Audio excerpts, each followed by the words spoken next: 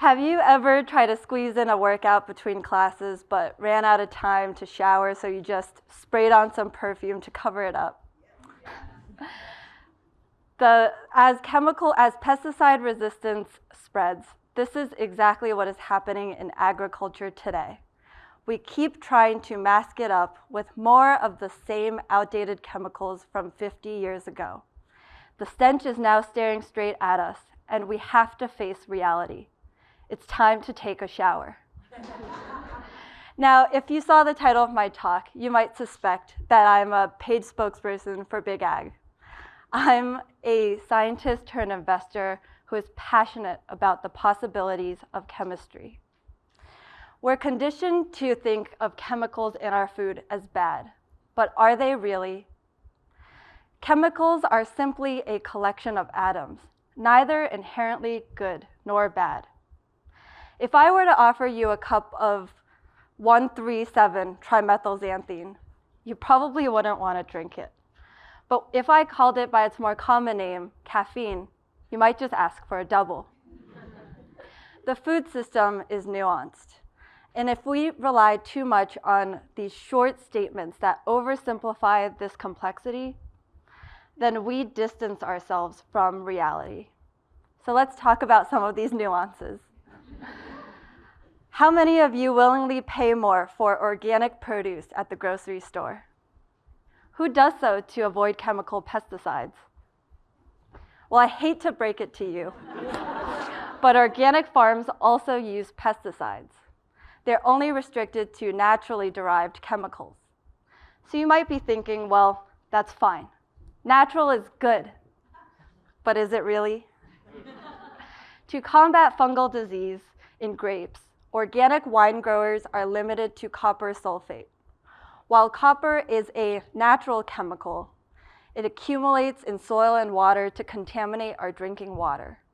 And in our bodies, copper accumulation will cause chronic organ damage. The argument in favor of natural is often the belief that natural degrades faster than synthetic chemicals. But I would argue that quick degradation is simply a characteristic of chemical structure, which can be designed and synthesized. So in our wine example, the synthetic fungicide alternatives, such as strobilurins and triazoles, in fact degrade faster than copper.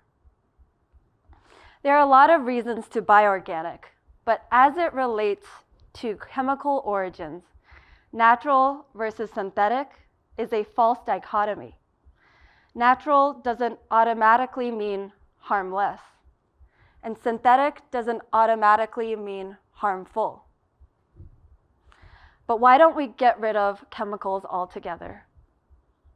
Simply put, the pest control alternatives, such as biological solutions that include engineered soil microbes or predatory insects, are less effective, harder to use, slower to act, and more expensive for farmers.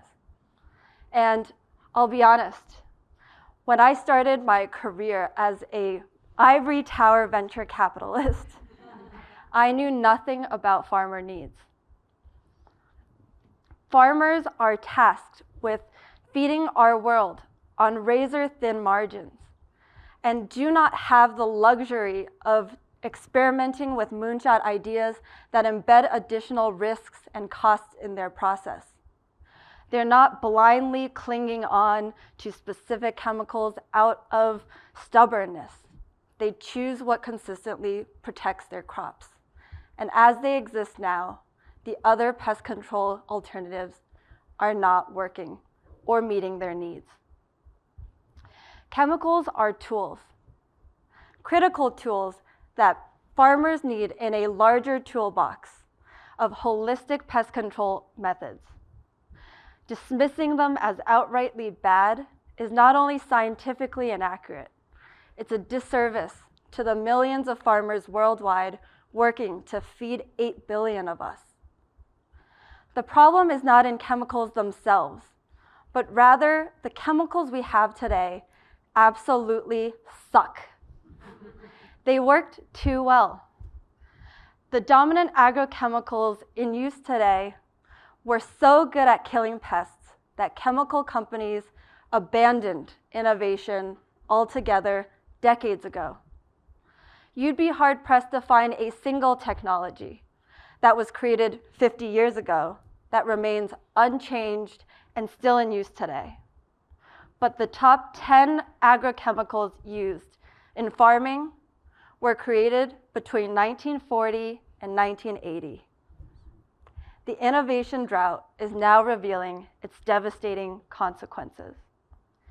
And these chemicals work so well because they were so good at killing pests. They were non-selective, meaning they indiscriminately killed off biodiversity and affected us with devastating health issues. And they were used so prolifically around the world that pests evolved resistance to them, giving rise to uncontrollable outbreaks of super weeds and super bugs. And there's so few chemicals available. So the only way to combat resistance is through the use of more. Let's take a look at the world's top herbicide for a minute, glyphosate. You might all know it as Roundup. In 1994, alongside the introduction of genetically modified crops, 56,000 tons of glyphosate was sprayed each year. 20 years later, in 2014, that number surged 15-fold to 825,000 tons per year. And today, 1 million tons of glyphosate is sprayed every year. Glyphosate and the other obsolete chemicals are the perfumes we keep spraying. And it might have worked for us in the 1970s. But today, in 2025, the stench is overwhelming. I dedicated the past 2 years of my life to this, and I'm here to tell you, we don't have to remain stinky forever. There's so much we can do to address it. Back in the day, agrochemical scientists usually did not investigate the biological mechanisms behind why a chemical worked, because it was both time and capital intensive. If it killed, that was good enough. But today, herbicides only target 25 distinct plant pathways. Genomic studies suggest there could be over 200 more. Unlocking these new biological pathways could be the key to finding new chemicals that only target a specific pest rather than all organisms. And thanks to the biotech industry, we have a plethora of life sciences tools that can be leveraged for this exact purpose. We now have access to drug discovery tools like high-throughput screening that allow us to rapidly test and identify new biological pathways. And a layer of AI can turbocharge that process by predicting the optimal chemical structures that can not only fit the right pathway, but also to degrade quickly. Effectively, we have the technology needed where we can custom design chemicals that target a specific pest like beetles that don't affect humans, or bees, and chemicals that degrade quickly so they don't linger around polluting our environment. Chemical space refers to the total number of possible small molecules that could exist in our world. It is estimated that we have explored a tiny fraction of less than 1% of chemical space of the vast possibilities. Somewhere in that vastness must exist the chemicals to solve the problems we're facing in agriculture today. We just need the right capital and investment to do it. For you all, I hope that you think about putting your time and money into transforming agriculture. And I hope that you help to push for policies that incentivize new chemical development and incentivize the farmers to adopt them. And we all need to stop talking about food in extremes.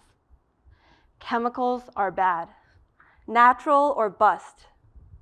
As consumers, we owe it to ourselves to be more informed and nuanced in how we talk about chemicals and agriculture so we can start pushing for true innovation. I believe in the vastness of chemical space, and I hope that you see the promise of chemistry for the future of our food systems as I do. Let's shower off the outdated chemicals of yesterday and push forward together to develop the tools needed by farmers to feed our world more safely, effectively, and sustainably. Thank you.